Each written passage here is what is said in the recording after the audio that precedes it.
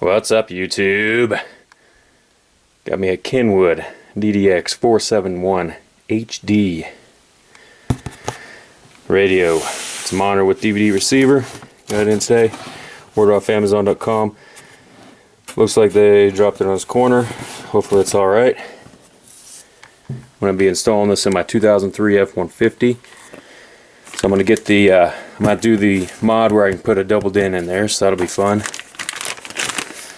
Got me a wire harness, so I can just plug her right in. I already have an aftermarket radio in there. I probably could have reused that one, but I'm going to go ahead and solder these connections. Do it up nice this time. Let's get her done. Alright, one important step before you start soldering your wires together or even crimping them together, if you're going to use the heat shrink sleeves to go over, make sure you slip them on before you start. It's those easy things that will get you later. There it is. Before you start, strip the ends and we'll get to it.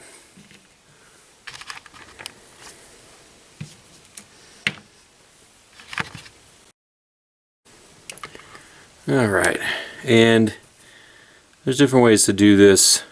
Here's how I like to do it. I'm just going to braid these two stranded wires together like this, push them through, push them into each other, hold one end, twist the other around,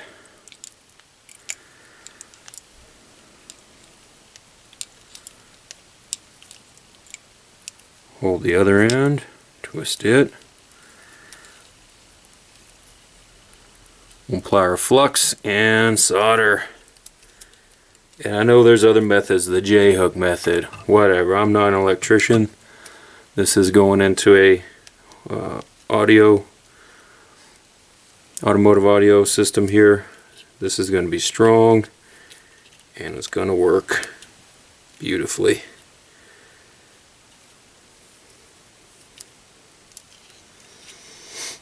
Alright. Use my alligator clips to hold this in place.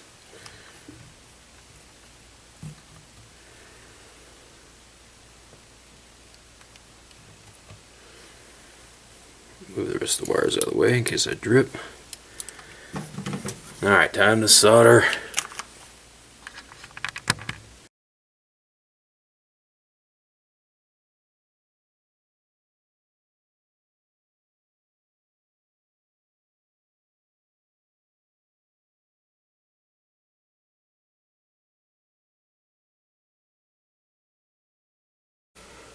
Alright, so there's a solder joint. Solder should look shiny on there, and you kind of see the flow of the wiring. Not too much, not too little. Too much may affect your radio performance. Hey, shrink.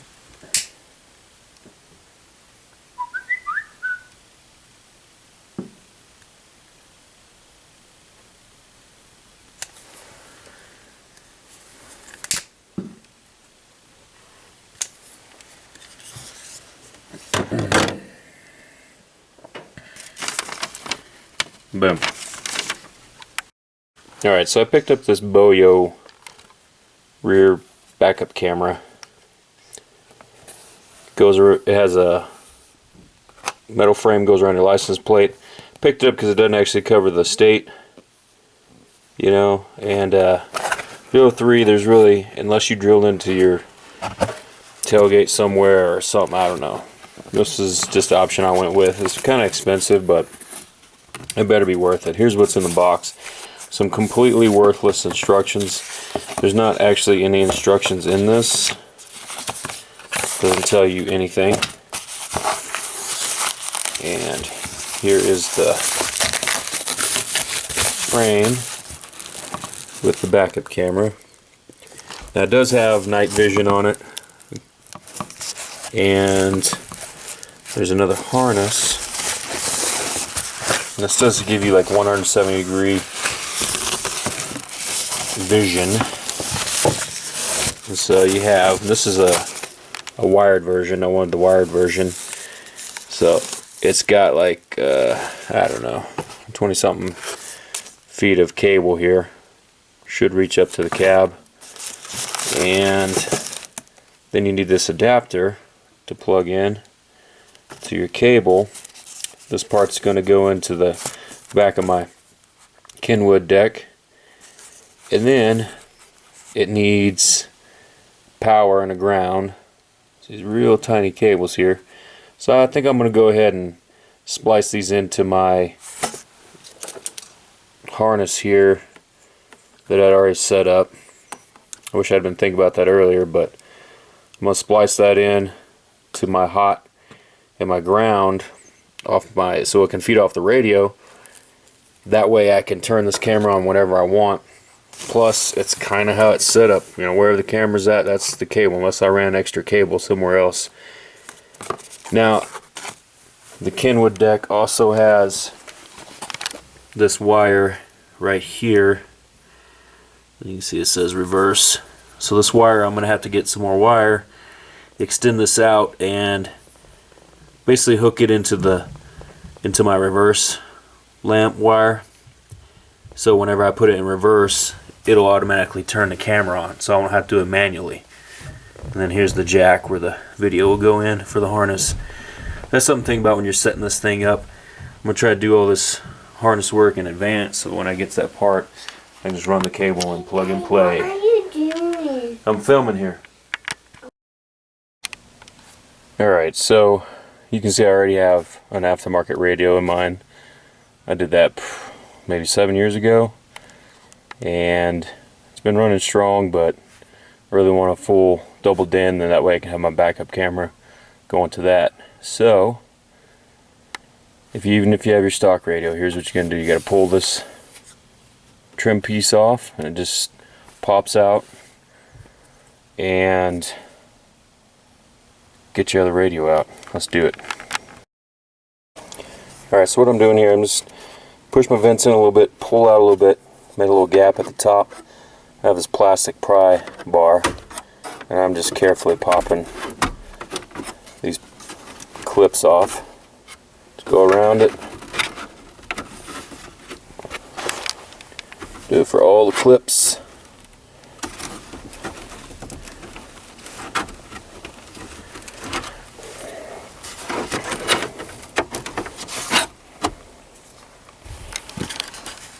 Stubborn.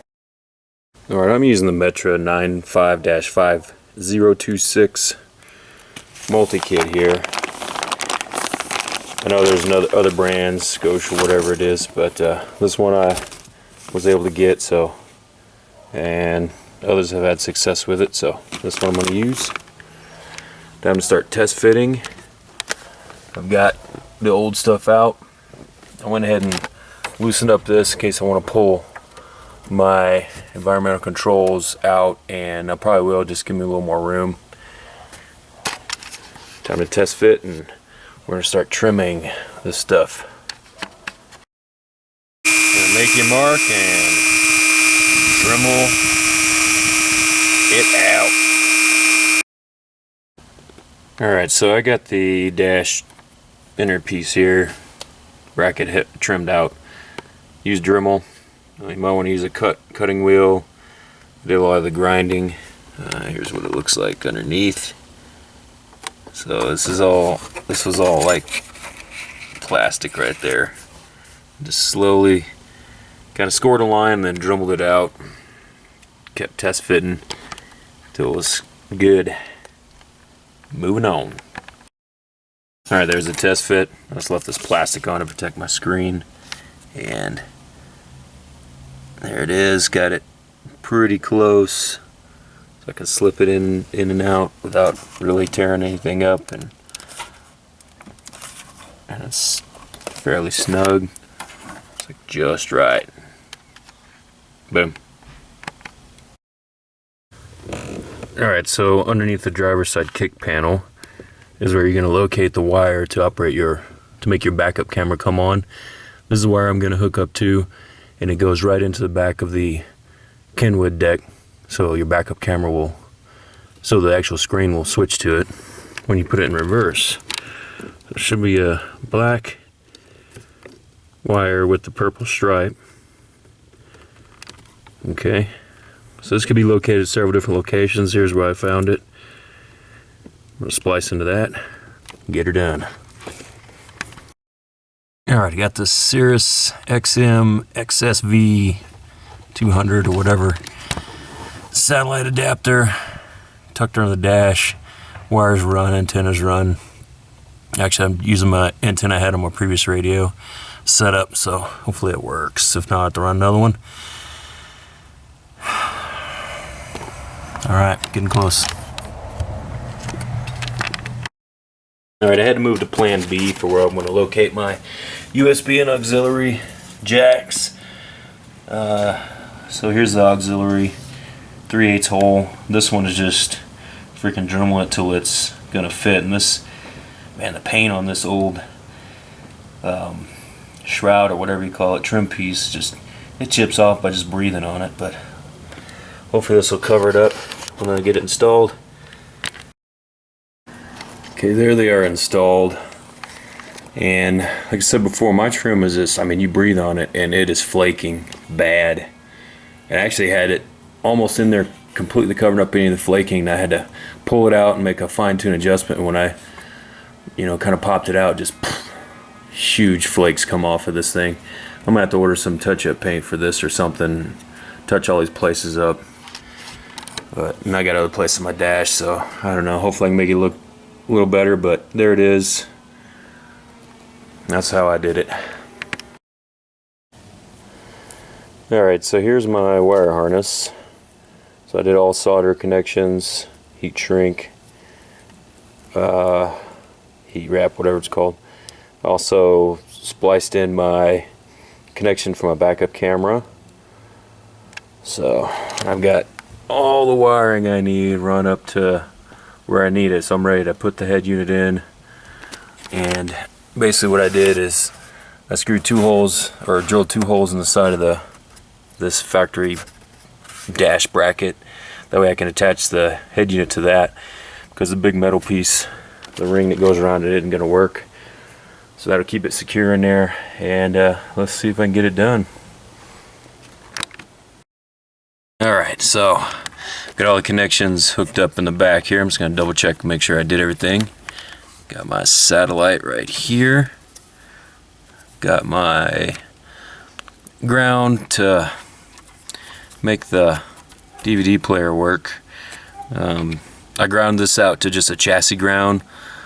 I've read on Kenwood's that you can do that instead of hooking up to the parking sensor by whatever. That way you can turn it on as needed. And reverse. This is going to activate the on-screen, just going to display my camera, my backup camera, whenever I hit reverse. Hopefully I've got that tied into the right cable. Got my auxiliary in, my video to the backup camera, and I plugged in my regular antenna, plugged in my USB. I got a lot of cable here. Can you see it? Where is it? There it is. It's plugged in. Now I just gotta feed all this through here and get it mounted up.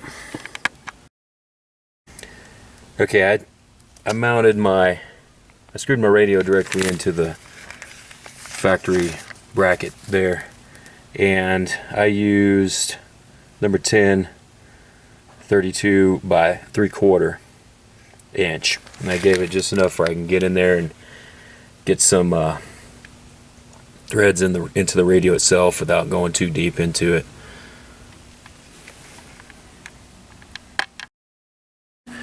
Oh, I forgot to hook up my Bluetooth hands-free mic. I am beside myself right now. So pissed. So pissed. This is one of the big things I wanted, and I just didn't hook the thing up. So, my choices. Remove all this thing that I just fought with to get in to hook this up. Oh my god. Alright, so I removed it, attached that Bluetooth cable. I went for the microphone for the Bluetooth, hands free. In the process, More paint has now chipped off. This thing just looks like total ass. I'm pissed. Alright. So here's the final, what I've been driving around with for right now.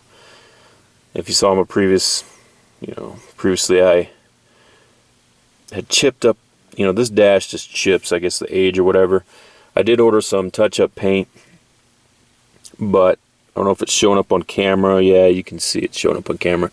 It's like, even though it's supposed to be this color, it's slightly lighter in color.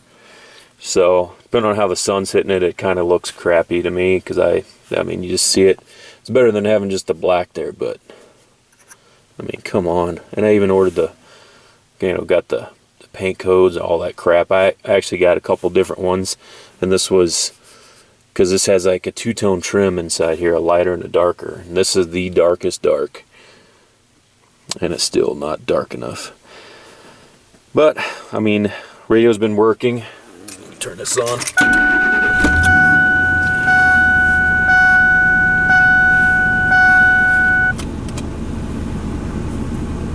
So, us too. Like whalepreps.com on Facebook. I'm waiting for this sky to fall. I'm waiting for a sign. that's pretty cool. And you can customize some of your menu options, things like that. It automatically hooks up. My Bluetooth works perfectly. I love the Bluetooth in here. And so I got nice hands-free. It works just as good as my newer Fords with the sync, I would think, or I would say, as far as my Bluetooth. And yeah, there it is. And I wired it up where there's my backup camera. You can see what it looks like. Pretty clear image, and even at night you can see it fairly good. It doesn't have the lines in there that I thought it did. I didn't have the option in there for some reason. So that's a little annoying, because I'm used to my 2013 F150 with the backup camera, and it actually has the lines that help you park, the little park aids. But I've gotten used to it. It definitely, save you from running something over, a small child or something. So I like it, and I can turn it on or off, and it'll come on with when I put it in reverse. So there it is. I'm thinking about maybe later I might order another trim piece here and just put that on. I'll have to reinstall my auxiliary and my USB mounted in there, but it'd probably be worth it. I'll either go back with a factory color one, or another option I might look into is just getting one of those overlays that just stick on to the trim piece, and I could just trim the holes out there, and that might actually be the easiest. I won't have to pop this trim off again, try to modify it or whatever. We'll see what kind of options come up with. I need to remove this little bracket. That's where my satellite radio used to sit, external mount. But all right, there's the updated video on how this thing's working out for me. It works pretty good. You can watch movies. Look at this. Movie time.